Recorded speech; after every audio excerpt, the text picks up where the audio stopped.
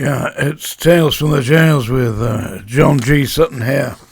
Do please, ladies and gentlemen, do please like and subscribe. It helps. Hey, we're talking today about Tommy Robinson being refused permission to be relocated on normal location in HMP Woodhill by the Royal Courts of Justice that produced their decision today. Mr. Justice Chamberlain decided that it was in the interests of good order and discipline at the prison and in the interests of the safety of Tommy Robinson, Laxley Lennon, I believe his real name is, Yaxley Lennon, to remain in segregated location. The prison stating that he gets 3 hours a day out of his cell, he can play pool. He must be good if he plays pool against himself. I reckon he'd win. Be perfectly honest, that's the only way I'd win, if I played against myself. I'd probably lose then. Anyway, Yaxley Lennon, Tommy Robinson, will remain in segregated location, enjoying non-associated labour. And listen, it is not cheap to keep somebody there.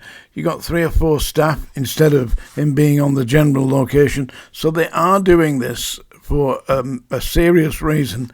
They believe that he is under threat and his life is in danger if he was located on normal location.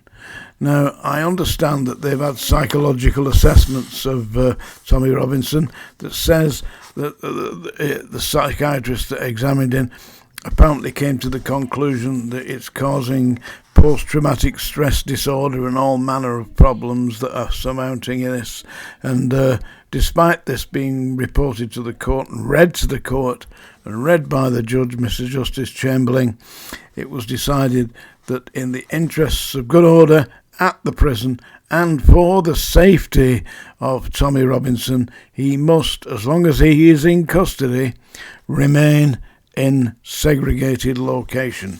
So his appeal to the RCJ was today denied.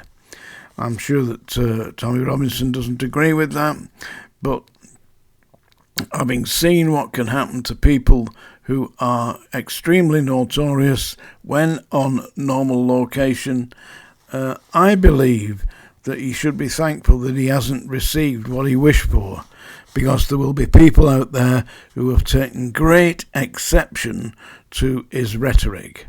Now, I've heard some of Tommy's rhetoric, and to be honest, I feel that there are certain points that he's making that are extremely valid, and they won't go down well with this establishment, with this government at all.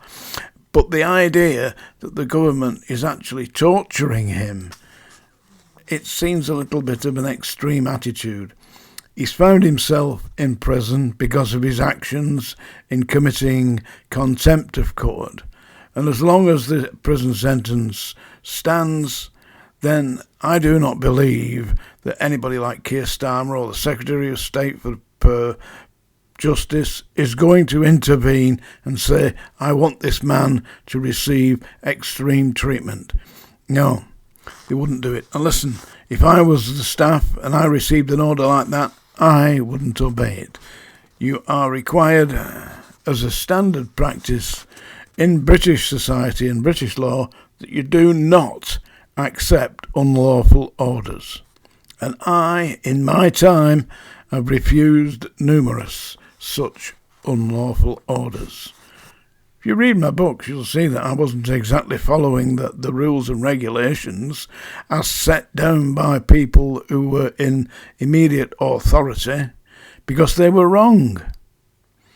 And when they're wrong, it's beholden upon the people receiving those orders to tell them that they're wrong. So you can't tell me that the prison staff in HMP Woodhill are being told to treat Tommy Robinson in a manner that is not conducive with the normal practices. I believe he is being held in secure location, and whilst he may not enjoy it, and I'm sure that he doesn't, because if he isn't associating with other inmates, it's going to feel extremely onerous and excluded from normal location and normal human interactions, and we do need to interact. But when I was working with people who were excluded, I spoke to them, and you would do.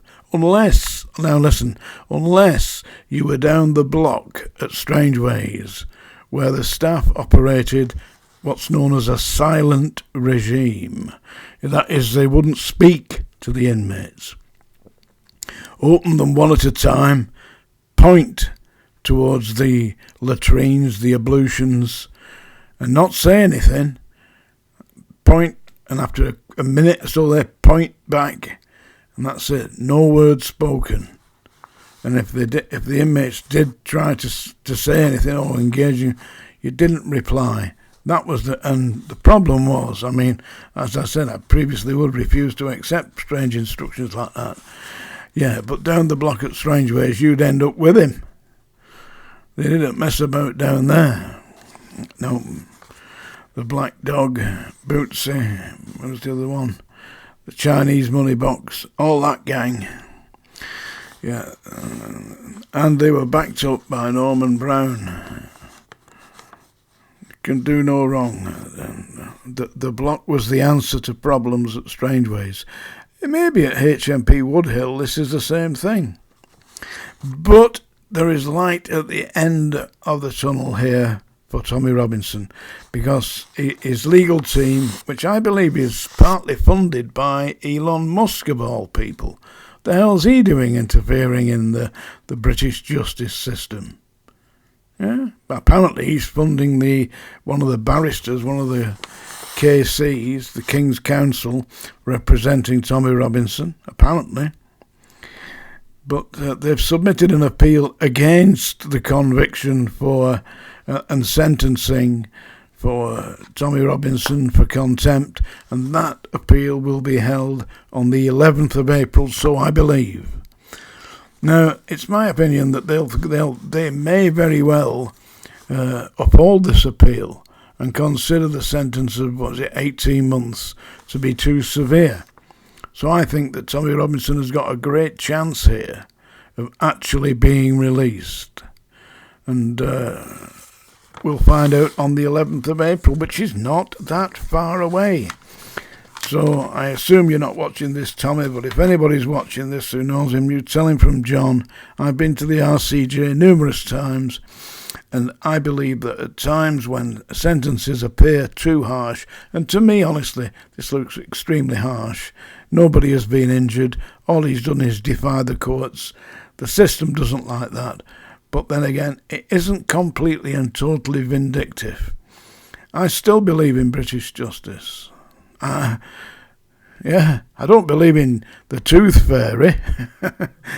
And thank you for thinking that, people. Yeah. Anyway, it's that time of day. So good luck to Tommy Robinson. I hope he gets out and manages to get himself onto a political platform, which is where he really belongs, because there are people that would follow his personal beliefs. Not me personally, I like some of them, but I'm a little bit too conservative for that. That's the song dinger, by the way. You've all seen it. Strikes terror into the hearts of grown men. People are singing, why the hell do you sing? Well, it ain't really singing, is it? Listen, I've been doing this all my life. When I was the Provo Corporal in the military, I used to have to do what you've got to do, let back them bloody knees up, all that nonsense, in the day. And then at night, I used to sing songs to them. Seriously. Knees up, and usually George Formby stuff, I'm leaning on a lamp, all that nonsense, just to let them know that this wasn't going on forever. It was just a couple of weeks out of their life, and then they'd be back, and back to normality, and that they were still the same human beings that they always were. And that's what you've got to do, really, I believe. And Tommy Robinson should have great hope, because I believe there's people all across the country who've got a great deal of sympathy with him. And if you're listening, Tommy, you listen to this now. Song Dinger, you've been warned. People said they really liked my singing, but I haven't seen him on the sick parade. What's going on? This is a song by the Dubliners. I think it's pretty amusing. I listened to it today, actually. It's Maids When You're Young, Never Wed an Old Man. And I know why, seeing as I am slightly of that age group, as you've probably noticed. I'm looking a little bit on the weather-worn side. Well, an old man came courting me, hey, ding, Durham day. An old man came courting me being young. An old man came courting me, fain would he marry me. Maids when you're young, never wed an old man. Because he's got no fallurum, fal little lie Durham. He's got no fallurum, fal little lie day. He got no fallurum, he's lost his ding Durham. Ah, maids when you're young, never wed an old man. When we went to church, hey, ding Durham day. When we went to church, me being young. When we went to church, he left me in the lurch. Maids when you're young, never wed an old man. Because he got no fallurum, fal little lie Durham. He got no fallurum, fal little lie day. He got no fallurum, he's lost his ding Durham. Ah, maids when you're young, never wed an old man. When we went to bed, hey, ding Durham day. When we went to bed, me being young. When we went to bed, he lay like he was dead. Maids when you're young, never wed an old man. Because he got no fallurum, fal little lie Durham. He got no fallurum, fal little lie day. He got no fallurum, he lost his ding Durham. Maids when you're young, never wed an old man. So I threw me leg over him, hey, ding Durham day. I flung me leg over him, me being young. I threw me leg over him, damn well near smothered him. Maids when you're young, never wed an old man. Because he got no fallurum, fal little lie Durham. He's got no fallurum, fal little lie day. He got no fallurum, he lost his ding Durham. Ah, maids when you're young, never wed an old man.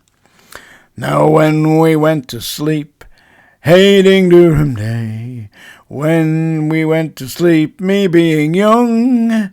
When he went to sleep, out of bed I did creep into the arms of an handsome young man. And I found his fallurum, fal little lie Durham. I found his fallurum, fal little lie day. I found his fallurum, he got my ding Durham. Maids when you're young, never wed an old man. There you go. Maids when you're young, never wed an old man. I can see why, seeing as I'm wearing them shoes. Tales from the Jails with John G. Sutton. Do please like and subscribe. Hey, and buy me bloody book.